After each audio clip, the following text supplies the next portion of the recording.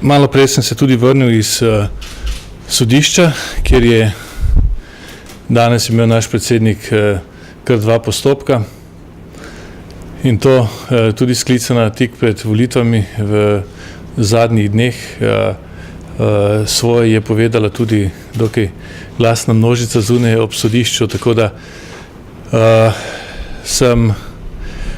delim mnenje in ogorčenje množice, ki je protestirala pred sodiščem, da ne samo, da Janeza Janšo, predsednika stranke, ki aktivno deluje na teh volitev oziroma je aktivno vključen v volitve tudi kot kandidat, ne izpusti, ampak ga še dodatno obremenjuje z novimi postopki.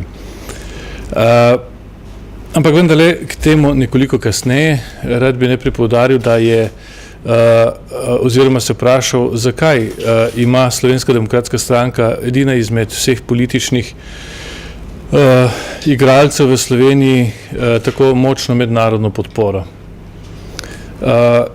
Tudi na zadnjih volitvah, v zadnjih 10 letih ste lahko opazili, da je izmed vseh političnih subjektov prav Slovenska demokratska stranka pripoznana kot tista, ki je nek garant in nosilec ne samo evropske ideje v Sloveniji, ampak tudi doktrine, ki temelji na spoštovanju človekovih pravic in pa hkrati tudi trden nosilec demokracije in pravne države, zagovornik pravne države. Prav zaradi tega jaz mislim, da so pomembni veljaki, pomembni politiki iz Evropske ljudske stranke niso niti pomišljali, ko je bilo potrebno Slovensko demokratsko stranko kadarkoli podpreti na državnozborskih ali predsedniških ali kakšnih drugih volitvah. Spomnimo se, že pokojni predsednik Martens je bil dobil prijatelj Slovenske demokratske stranke, večkrat jo je podprl. Tudi bivši predsednik parlamenta, bivša predsednika parlamenta Hans-Gert Pöttering in pa Jerzy Buzek sta prav tako večkrat podprla Slovensko demokratsko stranko kot najpomembnejšo politično silo Evropske ljudske stranke v Sloveniji. Tudi današnji predsednik Jozef Dol, kakor tudi novi vodja, predsednik politične skupine v Evropskem parlamentu Evropske ljudske stranke Manfred Weber je prav tako izrazil podporo tudi preko slovenskih medijev in še mnogih drugih. Zadnje dni boste lahko videli, bomo zlasti v četrtek presenetili še z nekaterimi pomembnimi podporami, ki prihajajo iz evropske politike in ki seveda lahko tako pozitivno, prijetno vplivajo tudi na držo SDS v tej kampanji, za katero menimo, da ni popolnoma prosta, svobodna.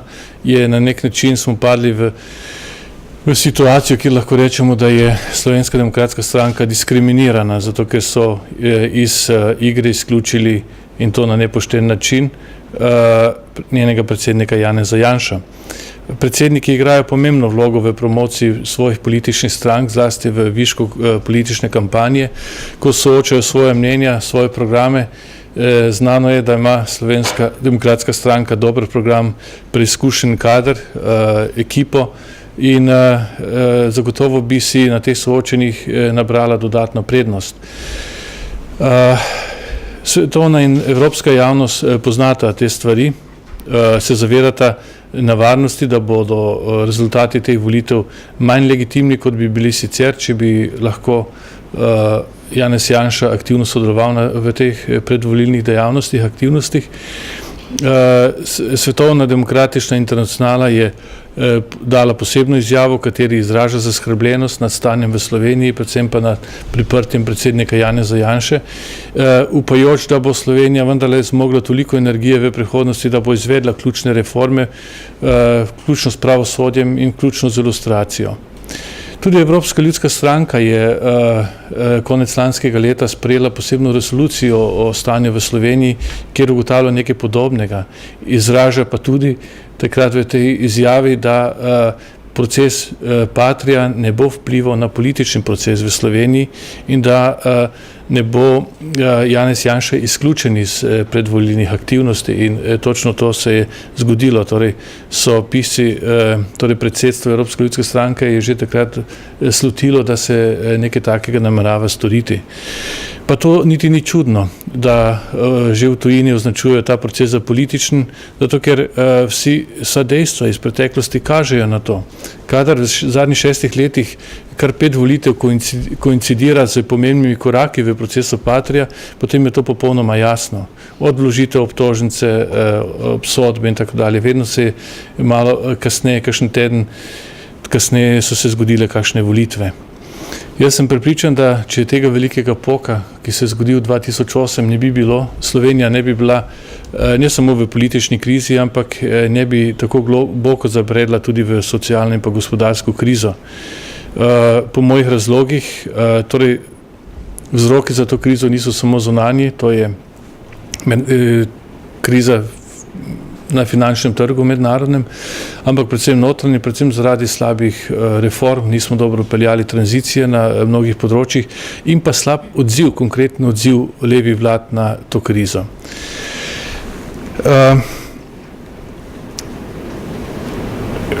Dovolite mi še, da povem nekaj besed o sedanji predvolilni kampanji, ki poteka na nek način nefer, iz že omenjenih razlogov.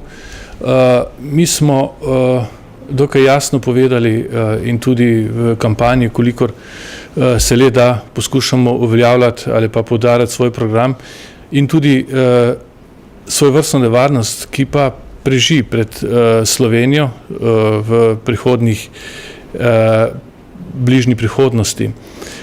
Če se stranke slovenske pomladi ne konsolidirajo dovolj dobro oziroma če ne bodo dosegli dovolj dobrega rezultata na teh volitvah, obstaja resna nevarnost za svojevrsten, bi jaz temu rekel, pod narekovaji ustavni udar v Sloveniji.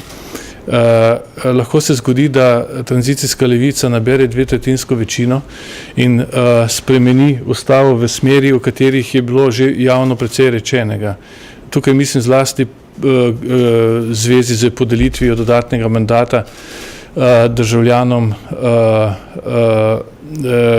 republik bivše Jugoslavije, kar bi pomenilo dodatnih 5 mandatov in seveda bi ogrozilo temeljne demokratično pravico oziroma ustavno pravico do volitev, ki vendarle mora biti enaka. Če bi imelo 250 000 slovenskih državljanov dvojno volilno pravico, bi to pomenilo svojevrstno zanikanje demokracije. Vsi državljani Sloveniji so enaki in enakopravni in njihova politična moč in vloga mora biti enaka. Nihče nima pravice imeti dvojni glas, dvojno volilno pravico.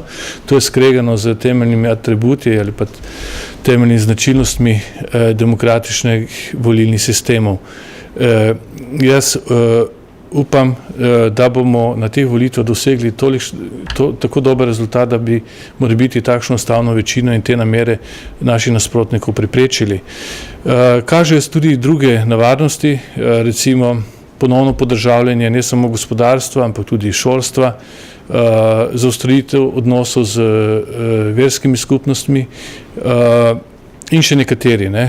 Ne bi si želel, da bi v Sloveniji ponovno imeli samo državne šole, da bi vsaj tisto, kar smo dosegli v zadnjih 20 letih, ko je tu pa tam se pojavila na kakšni ravni kakšna zasebna šola, ki je obogatila dejansko javno šolski sistem v Sloveniji, da bi v prihodnosti tudi to ukinjali.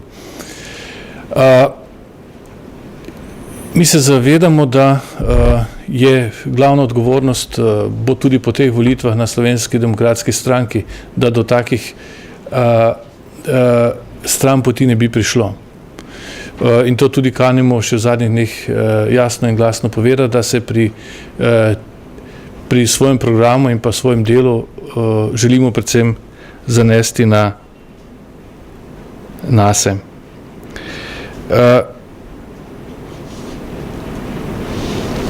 Tudi Če dovolite še mimo grede, zadnjo pismo Bratuškove Vatikanu ni ravno prispevalo k nekemu dvigu ugleda Republike Slovenije v svetu, ne v teh krogih, kakor tudi sam zapor voditelja največje opozicijske stranke v mednarodnem okolju ne prispeva ravno k ugledu Slovenije, ampak nasprotno slika o njej je vse bolj konfuzna, precej daleč od tiste, kot je bila recimo 2008 ali pa še kakšno leto prej, ko smo stopili v evrocono ali ko smo se uspešno integrirali v evroatlantske povezave.